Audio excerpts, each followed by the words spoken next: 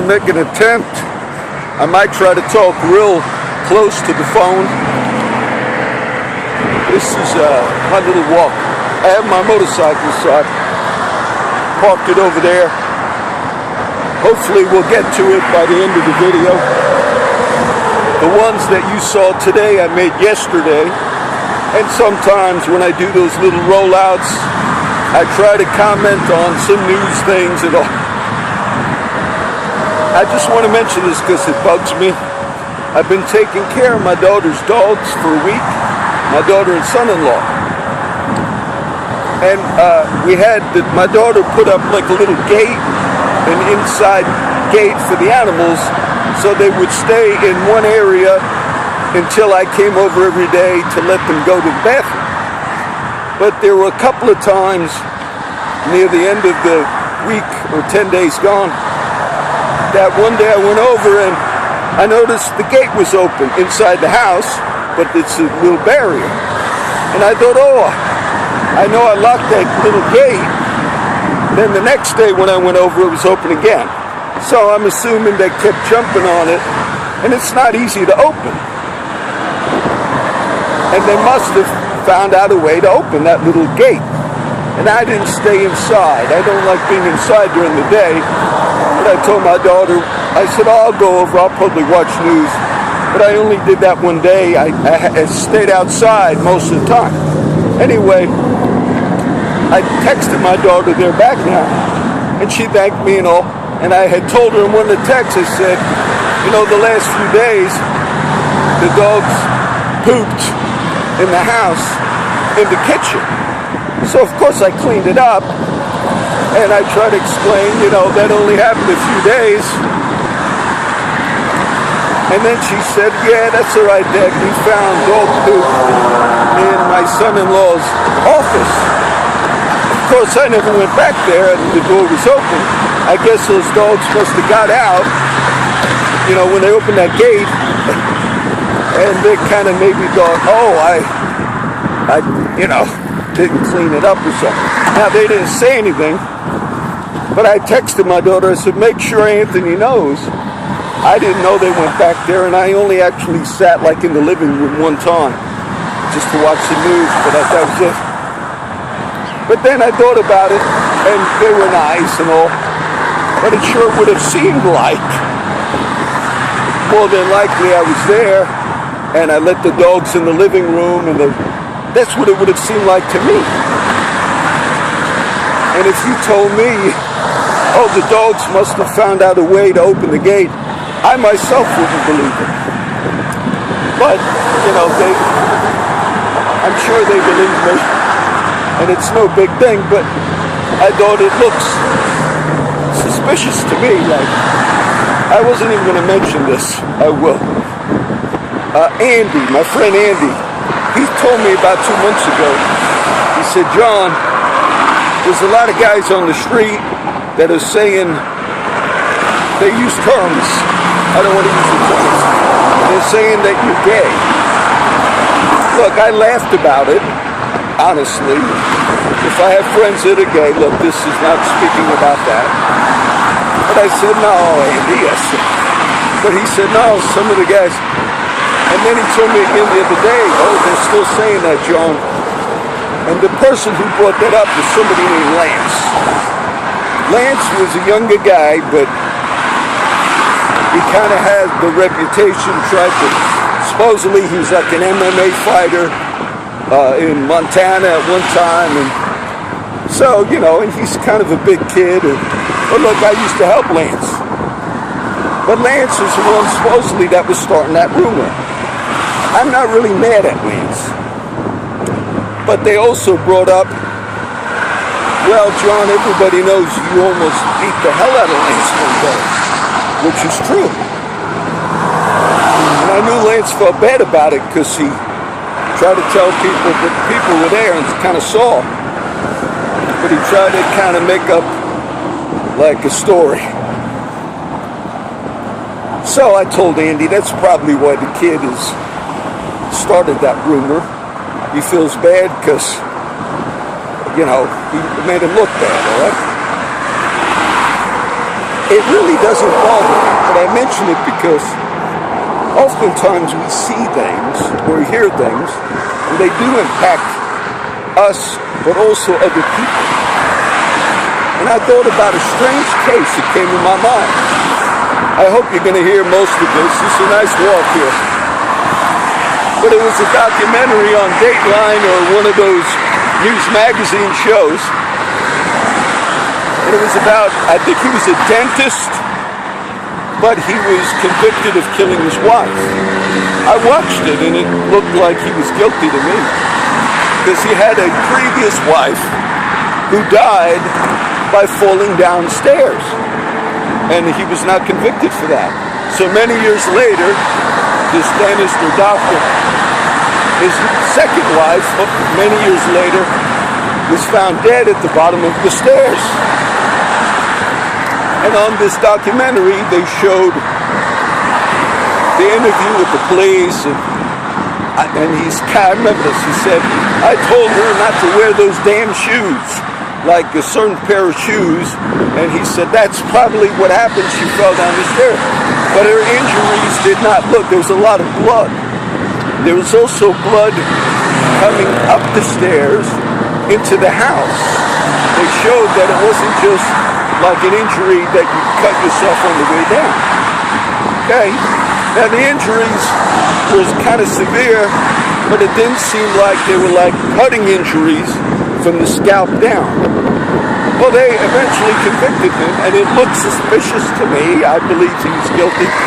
But then they did an update on that, like a year ago, maybe.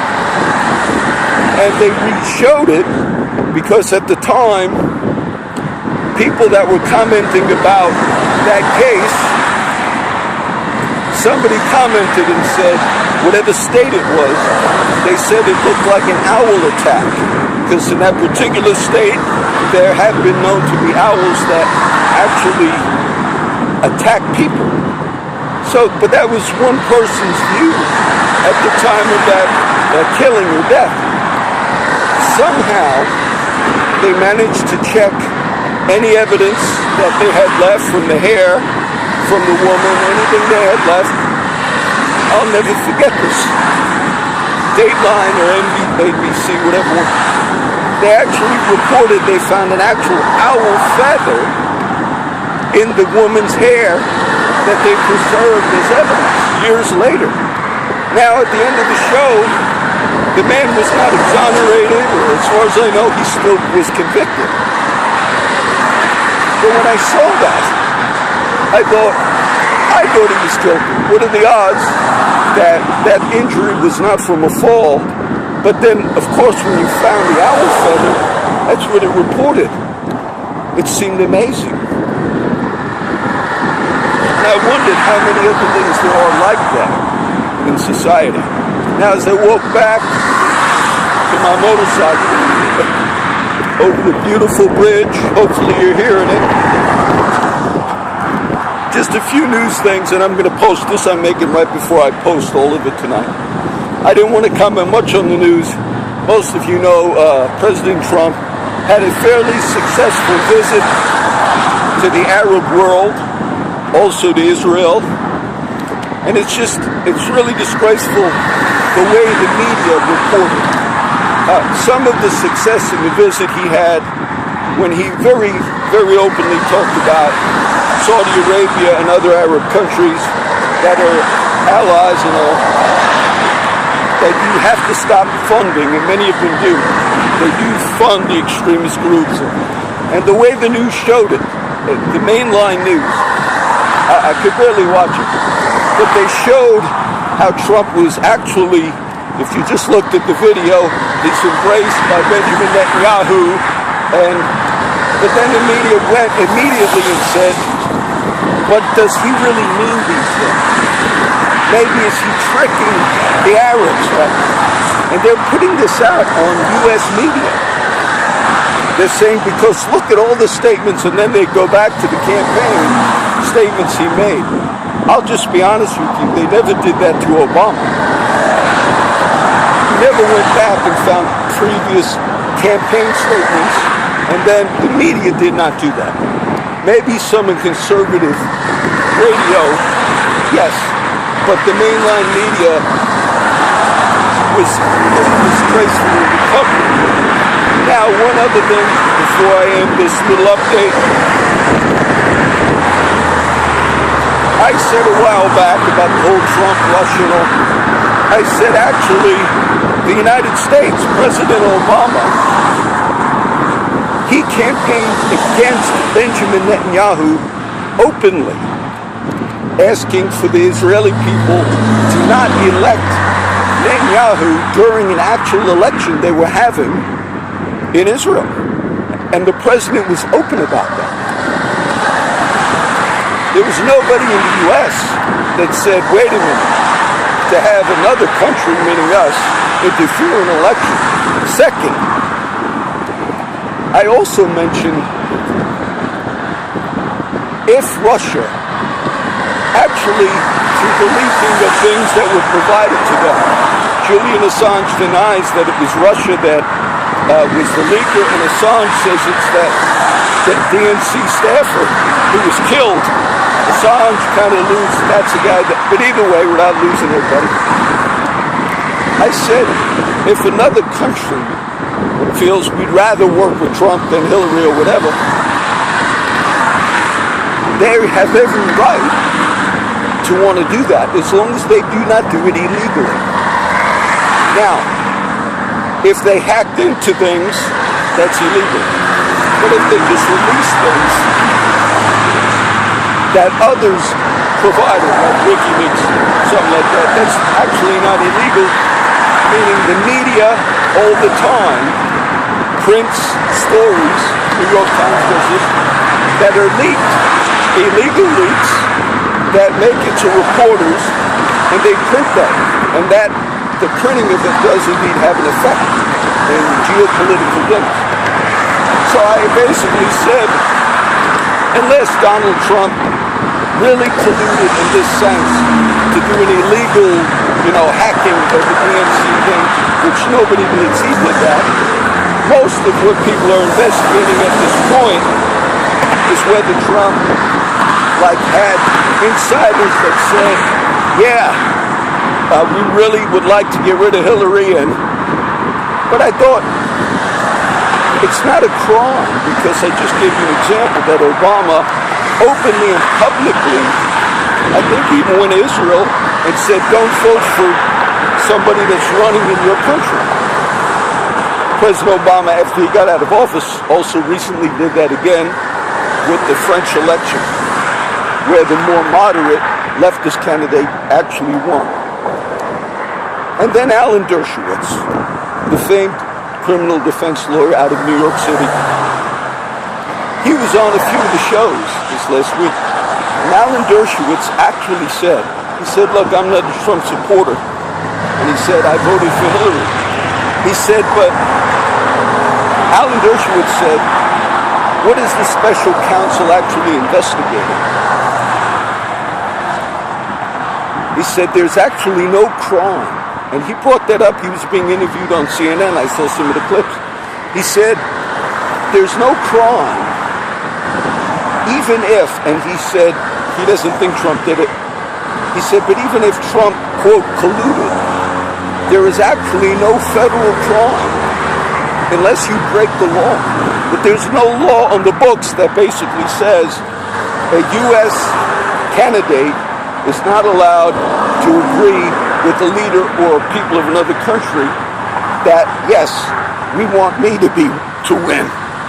And of course there's no law against that, because I just gave you an example how President Obama openly went to another country, Israel, or at least publicly said, don't vote for, we support the other guy. And the other guy lost in that Israeli election, by the way. I found it interesting, because Dershowitz is saying there's actually no crime. What about the firing of Flynn and the leaks that got to the New York Times that said, Trump said, and even if he said it, he said this will get a lot of pressure off of me. Not pressure from, that doesn't necessarily mean Trump said, oh, I did illegal things and he'll get the pressure off of me, but pressure from the whole media thing going on. pressure off of him so he could maybe work more. I remember President Obama was caught on an open mic saying, this was during his time he was president, he was caught on an open mic saying to Putin, it's right before his second election that he won, President Obama. But he was caught on an open mic saying to Putin, after the election, I'll be able to kind of be more honest and we'll get things done. In essence, the pressure will be off of me. I won't have to put up more of a political show for the consumption of the American people and media. And I just mentioned those few things because I do understand it would be wrong to do illegal things as a president or as a candidate. But it's not wrong, and even Dershowitz said there's no law broken if it was obvious that you wanted another country. It's not illegal if Trump really meant, even though he kind of said it half joking, if Trump actually meant, if you have those other leaked emails from Hillary, the missing ones, please release those 30,000 missing.